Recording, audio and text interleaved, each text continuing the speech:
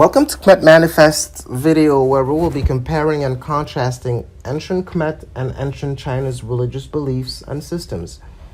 If it's your first time around at Kmet Manifest, we put out content every week on questions revolving around ancient spiritual knowledge, Kmetic Paganism, and Kmetic history. Join our community by liking, commenting, sharing, and subbing to this channel so you never miss any of our new content. By the way, feel free to also read up the actual blog post that goes more in depth and is published on our blog. The link is in the description. All right, now back to this compare and contrast exercise. For thousands of years, religion has played an important role in all societies. In many, it's still the arbiter of life or death.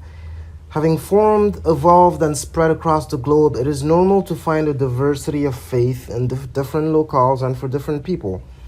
Ancient China and ancient Kmet seem to me to be the perfect civilizations to study in order to show some uncanny similarities and vast differences. All right, let's look at Kmet. In ancient Kmet, while life was good, as we've mentioned before, disaster could strike at any time, enough to make the Kmetu live in constant angst of having to face famines, droughts, or other natural disasters. The Neteru, aka the gods, we've discussed this, helped the average Kmetu navigate the vagaries of life, but perhaps more importantly, helped them understand all these physical events that were happening for which they did not yet have an explanation. As a result, the people of ancient Kmet figured keeping their Neteru happy was the surest way to avoid disaster and calamity. The entire religious philosophy was based on a balancing act. Indeed, Ma'at was crucial to the daily life of every Kmetu, and the primordial objective of religious practice was to keep Ma'at content by acknowledging cosmic laws, understanding them as best as one could with the help of a professional priesthood. For simple, Ma'at was truth, justice, moderation, and the guarantee of universal order, and the Kmetu-like order. Unlike previously thought and long reported, the Kmetic people were not polytheistics, and the Neteru were manifestations of one source of divine power who would in reality only be flexing his muscle by showing all his attributes.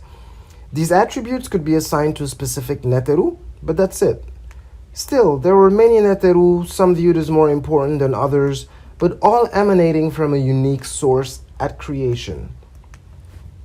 Now, just like their counterparts in Kmet, the people of ancient China also used religion to explain the natural phenomena they encountered.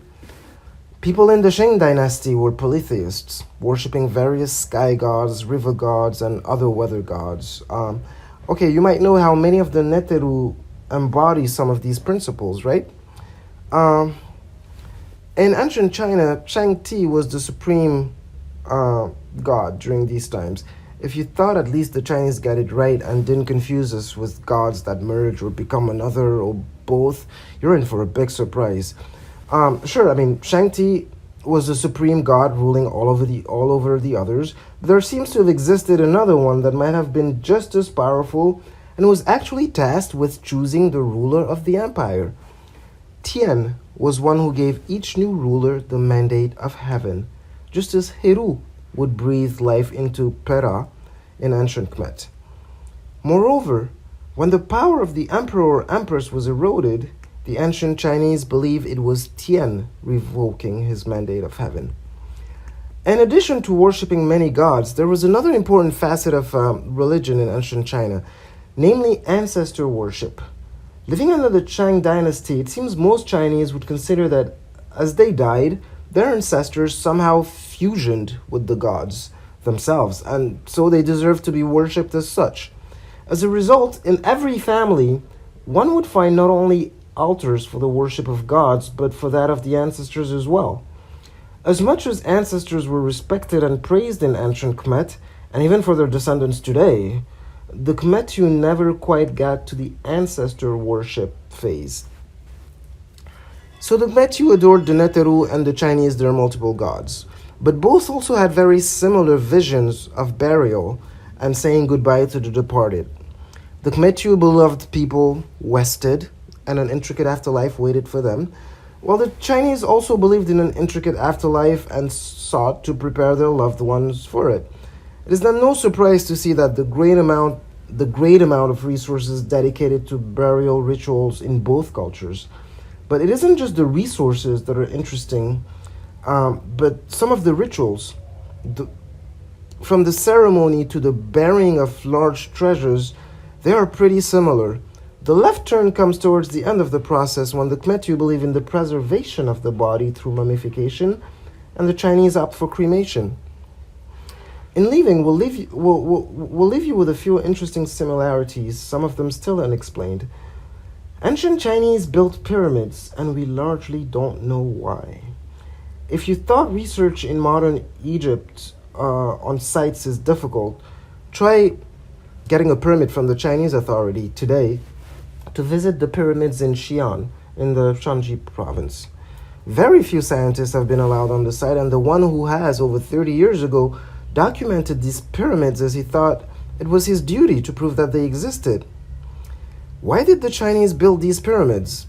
The most famous is the mausoleum of the first Qin emperor, northeast of Xi'an, and 2 kilometers west of where the Terracotta Army was found. We know that Kmetu didn't build their pyramids to bury their kings, with the exception of Imhotep's step pyramid in Saqqara. So what's the connection here? Perhaps a valid explanation would be that there are nearly 40 known pyramids on that site in China, but not all are easily distinguishable for the human eye. They're covered with trees and grass, and many date back perhaps more than 5,000 years. They're also not quite pyramids, but more like giant flat-top burial mounds for ancient emperors. In that way, they almost have more in common with Mesoamerican pyramids. Again, many of these look like Imhotep's flat-top mastaba in Saqqara. So with its multiple Shu and Qin dynasty burial sites, the region could in essence be China's version of both Giza and the Valley of the Kings in ancient Kmet. Okay, so ancient China and ancient Kmet both use hieroglyphics to hide their secret wisdom. Both venerated traditions and were avid practitioners of science, in particular astronomy, and they believed in the transmigration of souls. How could it not be that those monuments of mankind's, the pyramids and the Great Wall, have they not been built by the same people? As we know, they weren't, but that doesn't matter. I mean, for centuries, these pyramids slept in undetected peace until the dawn of the 20th century and its technology shook things up. There are many, many more sites in ancient Kmet, just like these Chinese sites, that have not even been discovered yet. Consider that.